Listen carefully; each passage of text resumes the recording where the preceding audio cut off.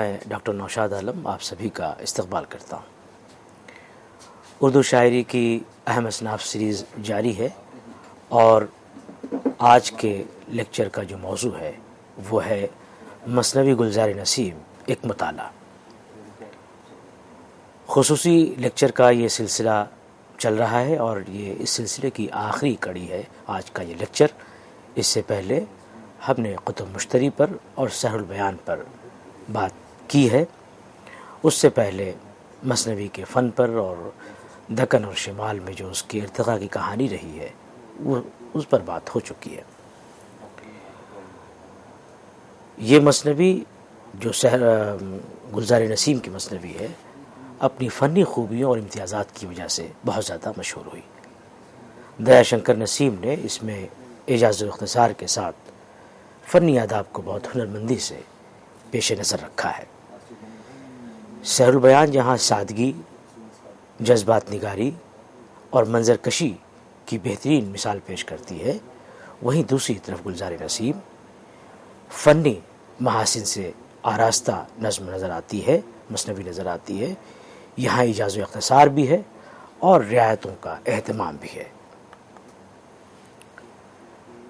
مثنوی پر بات سے پہلے مثنوی گلزار نسیم کے شاعر کے بارے میں اگر ہم معلوم کر لیں تو بہتر ہے۔ شاعر کا نام دیا شنکر کول تھا اور تخلص نسیم کرتے تھے۔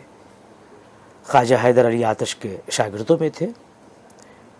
پنڈت دیا شنکر نسیم کا شمار آتش کے ان شاگردوں میں ہوتا ہے جنہیں اپنے استاد آتش کی طرح ہی شہرت اور مقبولیت حاصل ہوئی تھی۔ ان کی شہرت کا انحصار اگر غور کریں ان کی جو خدمات رہی ہیں ادبی اور تخلیقی تو پتہ چلتا ہے کہ وہ صرف اور صرف گلزار نسیم ہے۔ اردو اور فارسی کی تعلیم بچپن اور جوانی میں حاصل کی۔ شعر و سخن سے فطری لگاؤ تھا۔ ان کی دو تصانیف ہمیں ملتی ہیں، ایک تو دیوان نسیم اور دوسری تصنیف ان کی مشہور زمانہ جو تصنیف ہے آج جس کا ہم ذکر کر رہے ہیں، یعنی کہ مثنوی گلزار نسیم۔ دیوان میں جو ان کا دیوان ہے نسیم کا، اس میں کم و بیش 84 غزلیں ہیں۔ ان کے علاوہ 5 مخمس، 2 ترجیع بند، 1 واسوخت اور 3 خمسے فارسی کے اور کچھ فردیات شامل ہیں۔ ان کی جو شاعری ہے اس سلسلے میں ایک بات یہ اہم ٹھہرتی ہے کہ وہ شاگرد تو آتش کے ہیں لیکن ان کا جو رنگ ہے وہ ناسخ کے سلسلے سے جا کر ملتا ہے، اور اسی نسبت سے یعنی چونکہ ان کے کلام میں ناسخ کا جو رنگ ہے وہ جھلکتا ہے، ان کے ہاں ہمیں مضمون بندی نظر آتی ہے، رعایت لفظی ملتی ہے اور ایہام وغیرہ پر ہمیں زور دکھائی دیتا ہے۔ اور کلام کے اندر، دیوان کے اندر جو رعایت لفظی اور جو تناسبات لفظی اور اس کا اہتمام ہوا ہے وہ اس سے کہیں زیادہ اس کا مظاہرہ گلزار نسیم میں ہوا ہے۔ نسیم جو ہے معنی آفرینی کو شاعری کی جان بتاتے تھے۔ ایک جگہ لکھتے ہیں کہ معنی روشن جو ہوں تو 100 سے بہتر ایک شعر، معنی روشن جو ہوں تو 100 سے بہتر ایک شعر، مطلع خورشید کافی ہے پے دیوان صبح۔ تو ان کی نظر میں معنی آفرینی کیا ہے اسے سمجھیے۔ ان کی نظر میں معنی آفرینی یہ ہے کہ رعایت تناسب لفظی، قافیہ، ایہام اور دوسرے صنائع سے شعر میں معنی پیدا کی جائے۔ معنی کی محدودیت کے باوجود، ان کی ایک لمٹ کے باوجود، ان کی غزلوں سے پتہ چلتا ہے کہ وہ شعر کی تیاری میں بہت اہتمام سے کام لیتے تھے، بہت محنت کرتے تھے، یعنی اس کی تلاش خراش پر اس میں مرصع کاری کا ایک رنگ پیدا کرتے تھے۔ اب ہم جو ہمارا آج کا موضوع ہے یعنی گلزار نسیم اس کی طرف آتے ہیں۔ گلزار نسیم کا ماخذ کیا ہے؟ خود نسیم نے اس مثنوی میں ماخذ کے سلسلے میں جو بات کہی ہے اس سے پتہ چلتا ہے کہ منشی نہال چند لاہوری نے ڈاکٹر گلکرسٹ کی فرمائش پر جو عزت اللہ بنگالی کی فارسی قصے کو مذہب عشق کے نام سے 1803 میں کیا تھا، نسیم نے نہال کے اسی نثری قصے کو اردو میں منظوم کیا ہے اور اس میں جگہ جگہ اپنے حساب سے اس میں تبدیلیاں کی ہیں۔ تو گلزار نسیم کا اصلی ماخذ یعنی نثری داستان مذہبی عشق ہے، اور خود جو مذہبی عشق ہے وہ عزت اللہ بنگالی کے فارسی افسانہ گل بقاولی کا ایک طرح سے چربہ ہے، اس پر مشتمل ہے۔ تو یہ بات تو خود نسیم نے بھی اس کا اقرار کیا ہے اپنی مثنوی میں کہ ان کا ماخذ کیا رہا ہے، لیکن نسیم نے کچھ اور باتیں نہیں بتائی ہیں، لیکن داخلی شواہد اس بات کی طرف اشارہ کرتے ہیں کہ اس کے ماخذ کے طور پر ایک مثنوی اور ہے، ایک کلام اور ہے جس کی طرف اشارہ کیا جانا چاہیے، اور بات سمجھ میں آتی ہے کہ وہاں سے بھی انہوں نے استفادہ کیا ہے۔ مثنوی کا جب مطالعہ کریں گے تو آپ کو پتہ چلے گا کہ نسیم نے ریحان الدین ریحان کی اردو مثنوی سے بھی استفادہ کیا ہے۔ نسیم نے اس کا کہیں کوئی ذکر نہیں کیا کہ انہوں نے ریحان کی مثنوی جس کا تاریخی نام باغ بہار ہے اس سے استفادہ کیا ہے۔ اب اس کی وجہ کیا ہے اس نتیجے پر پہنچنے کی کہ انہوں نے ریحان الدین ریحان کی مثنوی سے بھی فائدہ اٹھایا ہے؟ کیونکہ دونوں میں خیال، اشعار و قافیہ کی سطح پر بھی کافی مماثلت پائی جاتی ہے، اسی لیے یہ خیال پیدا ہوتا ہے کہ انہوں نے اس سے استفادہ کیا ہے، یعنی اس کو بھی سامنے رکھا ہے۔ اور اس کی ایک خاص اور وجہ ڈاکٹر جمیل جہلوی نے یہ بتائی ہے کہ دونوں نے ہی، یعنی دیا شنکر نسیم نے اور ان ریحان نے بنیادی ماخذ جو عزت اللہ بنگالی کے فارسی متن ہے اس سے انحراف کیا ہے، اور دونوں نے ایک جیسا انحراف کیا، تو اس سے یہ نتیجہ نکالنا مناسب ہے کہ دونوں نے ہی استفادہ کیا ہے۔ تو اس طرح ہم دیکھتے ہیں کہ گلزار نسیم کے دو بنیادی ماخذ ٹھہرتے ہیں، عام طور پر مذہب عشق جو نہال چند لاہوری کی تصنیف ہے، جو کہ خود ترجمہ ہے عزت اللہ بنگالی کے فارسی متن کا، اور ایک ریحان الدین ریحان کا جو باغ بہار ہے جس کا تاریخی نام، اس سے انہوں نے استفادہ کیا ہے۔ گلزار نسیم کا قصہ بہت ذرا پیچیدہ ہے لیکن دلچسپ ہے۔ اس میں جو تاج الملوک ہے، اس میں جو زین الملوک بادشاہ ہوتا ہے پورب کا، اس کے 4 بیٹے ہوتے ہیں۔ جو تاج الملوک کی جب پیدائش ہونے والی ہوتی ہے، جب پیدا ہوتا ہے تو جوشی کہتے ہیں کہ بادشاہ انہیں نہ دیکھے ورنہ اندھے ہو جائیں گے، نابینا ہو جائیں گے، تو اس سے گریز کرتا ہے، دیکھتا نہیں، لیکن ایک دن نظر پڑ جاتی ہے اور وہ نابینا ہو جاتا ہے۔ غصے میں تاج الملوک کو دربار سے، محل سے باہر نکلوا دیا جاتا ہے، اور باہر ایک سرما ساز ہوتا ہے، وہ بتاتا ہے کہ اگر گل بقاولی لا کر کے بادشاہ کے آنکھوں میں لگایا جائے تو روشنی اور بینائی ان کی واپس آ سکتی ہے۔ تو 4 بیٹے جو ہے زین الملوک کے، وہ گل بقاولی کی تلاش میں نکلتے ہیں، ان کے ساتھ یہ تاج الملوک بھی ہو جاتا ہے۔ تو اس طرح یہ آگے کہانی بڑھتی ہے۔ وہ پھر فردوس ایک مقام ہوتا ہے جہاں پر دلبر بیسوا رہتی ہے، اور اس کا کام ہوتا ہے کہ لوگوں کو بہکا کر کے ان کے مال و دولت لوٹ لینا۔ یہ 4 شہزادے وہاں چوسر کھیلتے ہیں، پھر وہ وہاں اس کے چوسر میں ہار جاتے ہیں تو انہیں وہ قید کر دیتی ہے۔ تاج الملوک بھی ان کے چونکہ پیچھے پیچھے رہتا ہے، وہاں اس کی ملاقات ایک دایا سے ہوتی ہے، تو دایا جو ہے وہ اس کا بچہ کھو جاتا ہے، تو وہ اسے جو دلبر بیسوا ہوتی ہے اس کے بارے میں بتاتی ہے۔ تو جب یہ وہاں اس کے پاس جاتا ہے تو نیولا لے کے جاتا ہے، تو اس کی جو چوہے اور وہ سب رہتے ہیں جس کی وجہ سے وہ جیت جاتی تھی بازی، تو وہ ان کو ہرا دیتا ہے۔ پھر وہاں سے وہ نکلتا ہے، پھر جو باغیرم کی طرف وہ جاتا ہے تاج الملوک جہاں پہ اصل گل بقاولی ہے، تو وہاں پہ ایک دیو ہوتا ہے، اسے وہ حلوہ کھلا کر کے اپنا اسے دوست بنا لیتا ہے۔ پھر وہ دیو اسے جو ہے ایک خط دیتا ہے، ہمارا جو اس کی بہن ہے اس کے نام دیونی جو ہے، تو وہ پھر آگے چل کر کے دیو جو ہے مدد کرتے ہیں، سرنگ کھودواتے ہیں، اور سرنگ کے ذریعے سے وہاں پہنچتا ہے۔ پھر وہ پھول کو لے لیتا ہے، اور وہیں پر وہ بقاولی رہتی ہے، سوئی رہتی ہے، اسے دیکھ کر کے اس پہ عاشق ہو جاتا ہے اور اپنی انگوٹھی وہاں بدل کر کے وہ واپس آ جاتا ہے۔ تو اس طرح یہ کہانی چلتی ہے آگے، پھر ذرا سا اس پہ پیچیدگی بھی ہے۔ تو گویا یہ ہے کہ آپ اسے اور دیکھ بھی لیجئے گا، آپ کو آسانی سے اس کے قصے مل جائیں گے۔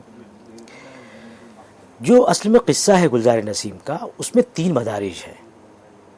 تو پہلا جو مرحلہ ہے وہ ہے کہ جب ساری منزلیں طے کر کے تاج الملوک اور گل بقاولی رشتہ ازدواج میں بندھ جاتے ہیں، ایک طرح سے دیکھا جائے تو یہاں یہ قصہ ختم ہو جاتا ہے۔ لیکن اس کے فوراً بعد کیا ہوتا ہے، راجہ اندر کو بقاولی کا خیال آتا ہے، اسے طلب کرتا ہے، بقاولی آتی ہے لیکن ساتھ میں ایک انسان لے آتی ہے۔ اس بات سے راجہ اندر کو غصہ آ جاتا ہے اور وہ بقاولی کے نچلے حصے کو پتھر کا بنا کر اسے قید کر دیتے ہیں۔ 12 برس کے بعد بقاولی ایک کسان کے گھر پیدا ہوتی ہے، تلاش کرتا ہوا تاج الملوک وہاں پہنچتا ہے اور اس سے ملتا ہے۔ اس پر دوسرا مرحلہ بھی ختم ہو جاتا ہے۔ اب تیسرا مرحلہ شروع ہوتا ہے جس میں کردار بدل جاتے ہیں، اور وزیر زادہ بہرام اور روح افزا اس قصے میں شامل ہو جاتے ہیں، یہ دو کردار، اور ان کی بھی شادی ہو جاتی ہے۔ ان تینوں مراحل کو اگر آپ جوڑ کے دیکھیں ایک طرح سے تو ان میں کوئی باہمی ربط آپ کو نظر نہیں آئے گا، تاہم اگر آپ آواگمن کا ہندو عقیدہ دیکھیں تو اس میں ربط پیدا کرنا آپ کے لیے آسان ہو جائے گا۔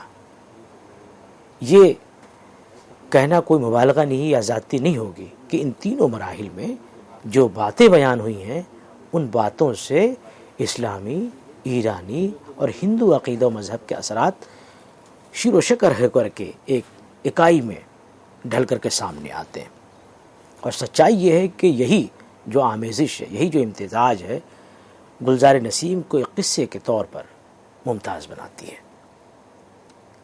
اس میں اس کہانی میں گل بقاولی کا کردار مرکزی ہے، اور یہ قصہ جو ہے ہندوستان کے طول عرض میں صدیوں سے نقل ہوتا آ رہا ہے۔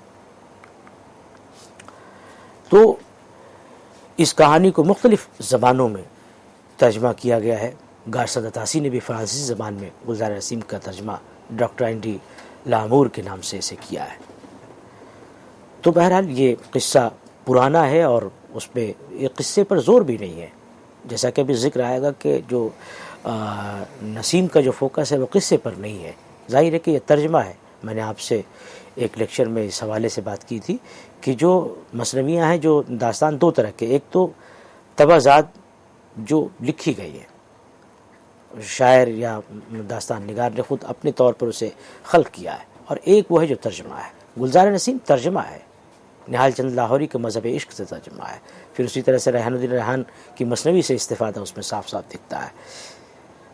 تو قصے پر زور تو بہرحال یہاں ہے ہی نہیں، جہاں زور ہے یعنی کہ زبان اور بیان پر، تو اس سے معلوم ہوتا ہے کہ دیا شنکر نسیم کی جو مشہور مثنوی ہے وہ بالکل سر البیان کے بالکل برعکس ایک دوسرے قسم کی مثنوی ہے، جس کی اساس تاج ملوک اور گل بقاولی کے قصے پر رکھی گئی ہے، جسے فارسی میں عزت اللہ بنگالی نے لکھا ہے اور جس کا اردو ترجمہ منشی نہال چند لاہوری نے مذہب عشق کے نام سے کیا ہے۔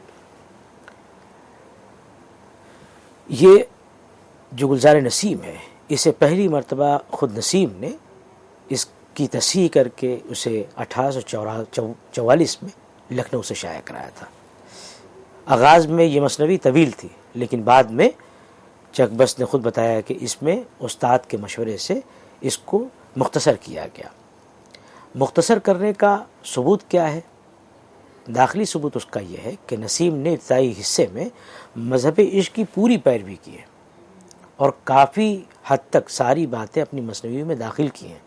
مثال کے طور پر مذہب عشق کی کہانی کیسے شروع ہوتی ہے وہ یہ دیکھیے، کوٹ: پورب کے شہروں میں سے کسی شہر کا ایک بادشاہ تھا زین الملوک، نام جمال اس کا جیسے ماہ منیر، عدل و انصاف اور شجاعت میں بے نظیر۔ اس کے 4 بیٹے تھے، ہر ایک علم و فضل میں علامہ زماں اور جواں مردی میں رستم دوراں۔ خدا کی قدرت کاملہ سے ایک اور بیٹا آفتاب کی طرح جہاں کا روشن کرنے والا اور 14ویں کی رات کے چاند کی طرح دنیا کے اندھیرے کو دور کرنے والا پیدا ہوا۔ انکوٹ۔ یہ مذہب عشق کا اقتباس ہے جو میں نے آپ کے سامنے رکھا۔ اب دیکھیے کہ داخلی ثبوت کیسے ملتا ہے کہ نسیم نے اپنی مثنوی کو مختصر کیا ہے۔ پہلے طویل لکھا تھا لیکن استاد کے مشورے سے مختصر کیا۔ اب اسی بات کو، جو مذہب عشق کی بات ہے، آپ نسیم کی زبانی سنیں۔ پورب میں ایک تھا بادشاہ، سلطان زین الملوک ذی جاہ، لشکر کش و تاجدار تھا وہ، دشمن کش و شہریار تھا وہ۔ خالق نے دیے تھے 4 فرزند، دانا عاقل ذکی خرد مند۔ نقشہ ایک اور نے جمایا، پس مادہ کا پیش خیم آیا۔ امید کے نخل نے دیا بار، خورشید حمل ہوا نمودار۔ وہ نور کے صدقے مہر انور، وہ رخ کے نہ ٹھہرے آنکھ جس پر. تو گویا ساری باتیں نثر والی انہوں نے منظوم کر دی. تو اگر یہی سلسلہ چلتا، اگر یہی بات قائم رہتی، برقرار رہتی، معاملہ چلتا، تو کیا ہوتا ہے کہ مثنوی بہت طویل ہو جاتی ہے. اس لیے ہم دیکھتے ہیں کہ آگے چل کر کے نسیم نے اصل قصے کو تو لیا، لیکن اسے اپنے انداز میں اسے بیان کرنے کی کوشش کی ہے، اس میں اپنے حساب سے کمی بیشی کی ہے. لیکن اس بات کا بہرحال انہوں نے بھی یہ لحاظ رکھا ہے کہ کہیں ربط نہ ٹوٹ جائے، کہیں اس کا جو سلسلہ ہے کہیں کوئی ایسی پیچیدگی پیدا نہ ہو جائے اور ساری باتیں بھی اس پہ آ جائیں. ایک اس مثنوی پر ایک عام جو شکایت ہے یا اسے کہہ سکتے ہیں اعتراض ہے عام لوگوں کو کہ اس کے مختلف اجزاء آپس میں پیوست نہیں ہیں، جڑے ہوئے نہیں ہیں، مربوط نہیں ہیں. کچھ ماہرین کی رائے الگ بھی ہے، جیسے کہ ڈاکٹر جمیل جالبی کی رائے ہے. وہ یہ کہتے ہیں کہ نہیں، مربوط ہے، اور وہ یہ کہتے ہیں کہ اس میں ربط ہے لیکن اسے تلاش کرنے کے لیے ذرا محنت کرنے کی ضرورت ہے. وہ یہ کہتے ہیں کہ دوسری مثنیوں میں کیا ہوتا ہے کہ پھیلاؤ ہوتا ہے، بیانیہ کا ایک سلسلہ ہے جو چل رہا ہے، اور وہاں رعایتوں کا تو کوئی مسئلہ نہیں ہے. جیسے کہ سامنے کی مثال ہے سر البیان، تو اس میں ظاہر ہے کہ جذبات نگاری، منظر کشی اور سادگی پر دھیان دیا گیا اور پوری چیزوں کو تفصیل سے بیان کیا گیا ہے. تو اس میں ذہن لگانے کی ضرورت نہیں ہے، محنت کرنے کی ضرورت نہیں ہے. لیکن یہاں پر بات کو کھول کر بیان کرنے کے بجائے نسیم نے تفصیل پر نہیں، اختصار پر زور دیا ہے، اور یہی اس کی پہچان ہے. تو اس لیے اس مثنوی کو آپ روا روی میں نہیں پڑھ سکتے. یہاں رعایتوں کا اہتمام کیا گیا ہے، تناسبات کا ایک سلسلہ قائم ہے جس پر آپ کو نظر رکھنی پڑے گی. اس کے بغیر اس کی بہتر کہنا چاہیے قابل تفہیم قرأت نہیں ہو سکتی. تو گلزار نسیم میں ربط کی تفہیم کے سلسلے میں جو جمیل جالبی کہتے ہیں وہ یہ کہ انہوں نے کہا کہ دیکھیے کہ نسیم نے ہر حصے کو جو عنوان کے بعد شروع ہوتا ہے ہر جگہ ایک یا دو شعر سے اسے جوڑ دیا ہے. اس شعر سے قصہ ایک طرف اپنے نچلے سرے سے جڑ جاتا ہے اور ساتھ ہی اس میں اگلے حصے سے جڑنے کا اشارہ بھی مل جاتا ہے. یہ ایک وجہ بتائی اور ایک یہ طریقہ بتایا کہ اس میں کیسے آپ ربط پیدا کر سکتے ہیں، ربط دیکھ سکتے ہیں. تو یہ کام انہوں نے تسلسل کے ساتھ کیا ہے نسیم نے کہ ایک شعر ایسا لکھا جس کا ربط پہلے والے حصے سے بھی ہے اور وہ دوسرے والے کے لیے اشارہ بھی ثابت ہو جاتا ہے. تو ربط قائم رکھنے کے لیے نسیم نے ایک کام یہ بھی کیا ہے کہ کئی جگہوں پر گزشتہ واقعات بھی دہرائے ہیں. مثال کے طور پر آپ دیکھیے کہ ایک موقع ہے کہ ایک عنوان ہے ملاقات ٹھہرنی زین الملوک اور تاج الملوک کی آپس میں. یہ ایک عنوان ہے، ٹھیک ہے. اس کے تحت پچھلے حصے کو اگلے حصے یعنی حکایت ایک عورت کی مرد بن جانے کی دیو کے جادو سے کو جوڑنے کے لیے یہ شعر کہیں. یعنی دو قصے ہیں، دونوں چیز کو جوڑ کس طرح سے رہے ہیں نسیم. وہ یہ دیکھیے کہ اس شعر سے وہ جوڑ رہے ہیں کہ بولا کہ شہا یہ بات کیا ہے، نیرنگ و فسو کا گھر بڑا ہے، ہر چند کے طرف حال ہے یہ، کچھ دور نہیں مثال ہے یہ. اور ان دونوں اشعار سے گزشتہ ٹکڑا جو ہے وہ پہلے ٹکڑے سے مل جاتا ہے، جڑ جاتا ہے. جب بادشاہ یہ حکایت سنتا ہے تو وزیر فرخ سے بقولی مردانے روپ میں وہ کہتا ہے کہ شہ نے کہا سن وزیر دانا، بے دیکھے سنے کو کس نے مانا، یاد آئی مجھے بھی ایک روایت، یہ کہہ کے بیان کی حکایت. پھر بادشاہ اس روایت یعنی حکایت مرغ اسیر کو سنا کر وزیر فرخ سے کہتا ہے کہ فرخ یہ وہی مسل نہ ہوئی، دیکھا جو تجھے دہل نہ ہوئی. ایک اور جگہ آپ دیکھیے کہ تاج الملوک محل میں جا کر دلبر کو بتاتا ہے کہ بادشاہ کے حضور میں اسے یہ کہنا ہے. تو اگلے شعر میں دلبر کا یہ بیان آ جاتا ہے. تو نسیم نے ربط دینے کا جو مشکل مرحلہ ہے اس کو اس شعر سے مکمل کیا ہے کہ در پردہ سکھا کے باہر آیا، بے پردہ حضور شہ پایا. تو بہرحال یہ دو تین مثالیں تھیں. آپ تاریخی کتابیں اور خود نسیم کی اس مثنوی کو جب آپ پڑھیں گے اور یہ طریقہ اپنائیں گے اس کو سمجھنے کا، ربط کو ڈھونڈنے کا، تو مجھے امید ہے کہ یہ مشکل آپ کے لیے آسان ہو سکتی ہے.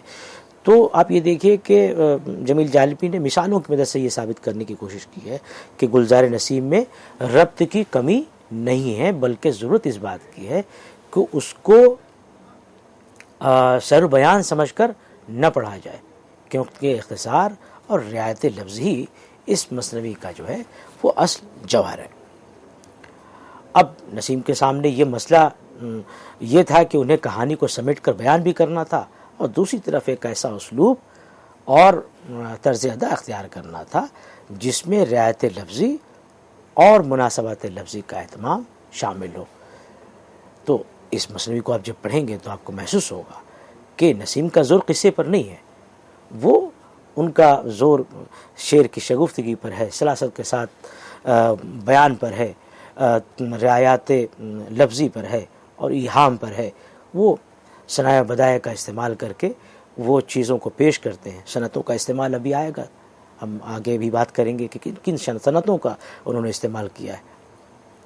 تو اصل میں یہ قصہ تو ہے تاج الملوک اور گلبکاولی کا، لیکن انداز بیان تو خیر ایک بالکل نرالا ہے۔ آپ دیکھیں کہ اس میں اس طرح کی جو شان پیدا ہوئی ہے، حکم چند نیر نے جو گلزار نسیم اتر پردیش سے وہ کتاب شائع ہوئی تھی جس پر دیباچہ ان کا ہے، تو اس میں انہوں نے بتایا ہے، لکھا ہے کہ جو ہے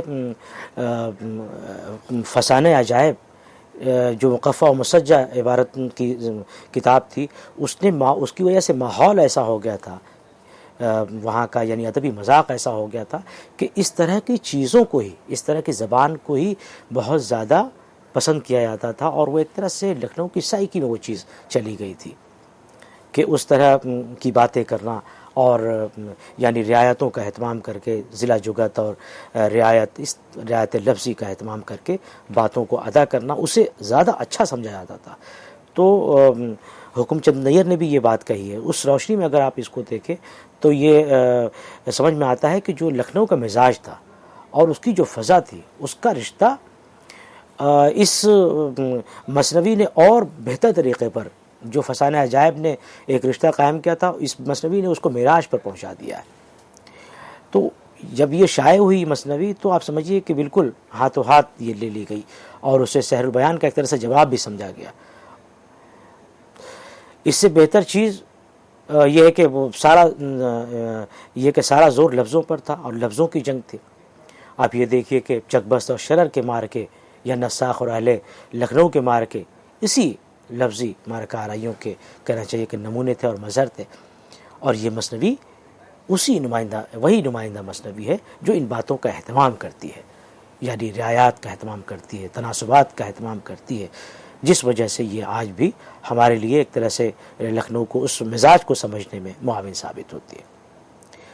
تو یہاں جو رعایتوں کا تو معاملہ ہے ہی، لیکن یہاں جو دنیا پیش ہوئی ہے وہ دنیا وہی ہے جو لکھنؤ کی دنیا تھی، جو اودھ کی دنیا تھی۔ یعنی دوسروں کے لیے یہ تصنع اور بناوٹ کی دنیا ہو سکتی ہے، لیکن جو لکھنؤ کے لوگ ہیں ان کے لیے تصنع اور بناوٹ کی چیز نہیں تھی، ان کے لیے اس کی حیثیت بالکل ایک فطری رنگ کی تھی، یعنی سماجی زندگی میں جو ایک فطری رنگ ہوتا ہے، نیچرل کلر ہوتا ہے، بات کرنے کا جو انداز ہوتا ہے، اس میں اس چیز کو پیش کیا گیا۔ اسی لکھنوی تہذیب کی وجہ سے آپ اس مثنوی میں دیکھیں کہ نسائیت کا اثر بھی شامل ہو گیا ہے۔ تاج الملوک اور گلبکاولی دونوں کا کردار مرکزی ہے، لیکن اس میں سارے فعال اور جو سرگرم کردار ہیں وہ خواتین کے ہیں۔ عورتیں اپنے عمل سے قصے کو آگے بڑھاتی ہیں، اور انہی کی بات چیز سے اور بیان سے جو ہے یہ فضا بڑھتی جاتی ہے، اسے تشکیل پاتی ہے۔ اگر عورتیں تاج الملوک کی مدد کو آگے نہ آئیں اور وہ کچھ نہ کریں تو شہزادہ بالکل کوئی کام، کسی کام کے لائق نہیں رہتا، وہ بالکل بے دست و پا نظر آتا ہے ایک طرح سے۔ تو عورتیں اور پریاں اس کی مدد کرتی ہیں۔ گلشن نگاری بھی حمالہ بنوا کر دیتی ہے، گلبکاولی کے باغ میں جانے کے لیے سرنگ بھی وہ دیووں سے کھدواتی ہے۔ شہزادہ اپنے والد کی دعوت کرتا ہے تو اس کا انتظام بھی جو وہ حمالہ کرتی ہے۔ تو یہ قصہ تو آپ جانتے ہیں کہ نسیم کا نہیں ہے، اس لیے قصہ گوئی کے نقطہ نظر سے اگر اس کا آپ جائزہ لیں گے تو وہ درست نہیں ہوگا، بلکہ یہ قصہ گوئی کے لیے چیز لکھی بھی نہیں گئی، بلکہ اس کی لوگوں نے تقلید کی، یعنی جس رنگ میں یہ مثنوی لکھی گئی، مثنوی ترانہ شوق احمد علی شوق نے اس کی پیروی کرنے کی کوشش کی، لیکن جن رعایات کا اہتمام نسیم نے کیا ہے، جس طرح سے تناسبات لفظی کا اہتمام کیا ہے، اور جس اختصار کو ملحوظ رکھا ہے بات کہنے میں، اور پوری باتیں آ گئی ہیں۔ سب سے بڑا مسئلہ یہ ہے کہ اختصار میں پیچیدگی کیا ہوتی ہے کہ جب آپ بات مختصر کرتے ہیں، بہت طویل چیز کو، کوئی بڑی بات کو اختصار میں بیان کرتے ہیں، تو اس بات کا خطرہ بنا رہتا ہے کہ کہیں کوئی پہلو چھوٹ نہ جائے۔ لیکن کمال یہاں نسیم کا یہ ہے کہ ان تمام باتوں کو اس میں انہوں نے شامل کیا، لیکن کوئی پہلو رہ نہیں گیا، بیان سے رہ نہیں گیا، سارے پہلو اس میں آ گئے ہیں۔ اب ربط بھی اسی طرح سے آپ کو تلاشنے کی ضرورت ہے۔ جب دریا کو کوزے میں آپ بند کریں گے تو آپ کو اس کو سمجھنے کے لیے تو محنت کرنی پڑے گی۔ تو یہ اس انداز میں انہوں نے ترتیب دیا ہے کہ نئے نئے اس میں معنی پیدا ہوا ہے، کہ معنی آفرینی کی یہی بات اس پیرا بیان کی خوبصورتی بھی ہے، اور اس سے فن جو ہے وہ فنی حسن بھی پیدا ہوا ہے۔ اب یہ دیکھیں کہ ایک مثال کے ذریعے سے اس کو واضح کروں گا کہ کس طرح سے انہوں نے خوبیاں اس میں داخل کی ہیں، اور باقی آگے ثنائے بتائے کا ذکر کروں گا کہ مثنوی جب آپ نے پڑھی ہوگی تو آپ کو ایک جگہ یاد ہوگی کہ جہاں شاعر نے بادشاہ کے ہاں 4 بیٹوں کے پیدا ہونے کا ذکر کیا ہے، 4 بیٹوں کا ذکر کیا ہے کہ عاقل، دانا، خیرت مند کا، ذکی اور خیرت مند، اور 5ویں بچے کی ولادت کی خوشخبری دی ہے۔ ڈاکٹر جمیل جالبی نے اس کی وضاحت کی ہے اور بہت تفصیل سے اس کو لکھا ہے کہ امید کے ایک معنی ہے آسرا، توقع۔ جب حمل ٹھہرتا ہے تو مشرقی تہذیب کے مطابق کہا جاتا ہے کہ امید سے ہے۔ تو بار کے معنی پھل ثمر بطور کنایا، حمل کے معنی ہے بھی استعمال ہوتا ہے۔ تو یہاں تناسب کی دوہری سطح ہے۔ دوسرے مصرے میں صنعت ایہام ہے۔ ایہام میں ایک لفظ کے 2 معنی ہوتے ہیں، ایک معنی قریب کا اور ایک معنی بعید کا۔ تو بعید کے معنی میں استعمال ہوا ہے یہاں پر۔ حمل کا لفظ پڑھ کر ذہن امید والے حمل کی طرف جاتا ہے، لیکن اس کا اشارہ برج حمل کی طرف ہے۔ جب خورشید برج حمل میں داخل ہوتا ہے تو وہ نوروز کا دن ہوتا ہے۔ حمل اور خورشید کی یہ مناسبت یہاں استعمال ہوئی ہے، یعنی خورشید برج حمل سے برآمد ہوا، یعنی کہ بادشاہ زادہ پیدا ہوا۔ خورشید شہزادہ ہے اور برج حمل ماں کا پیٹ ہے، ٹھیک ہے۔ تو نخل درخت ہے، بار پھل میں بھی ایک طرح سے مناسبت ہے، اسی طرح سے امید اور بار میں بھی مناسبت ہے، اور خورشید اور حمل میں بھی واضح مناسبت ہے۔ اسی عمل سے معنی کا لطف پیدا ہوا ہے۔ تو آپ یہ دیکھیں کہ ابھی جو تمہیدی گفتگو ہوئی ہے اس میں ہم نے ماخذ کے ساتھ ساتھ ذرا سا اس کے پلاٹ کے بارے میں بات کی ہے، اور خاص طور پر جو اس کا لکھنؤ میں لکھنوی معاشرے میں، اور کہنا چاہیے کہ جس طرح کی وہ ایک نمائندہ مثنوی رہی ہے، اس کے حوالے سے ہم نے بھی کچھ باتیں کی ہیں۔ ظاہر ہے کہ فنی حوالے سے پوری بھی بات باقی ہے، اور یہ سلسلہ ابھی مثنوی گلزار نسیم کا باقی ہے، جس میں ہم آگے ابھی ثنائے بدائع کا بیان کریں گے، اور بہت ساری باتیں جن سے کہ ہمیں اس مثنوی کو سمجھنے میں مدد ملے گی۔ بہت بہت شکریہ۔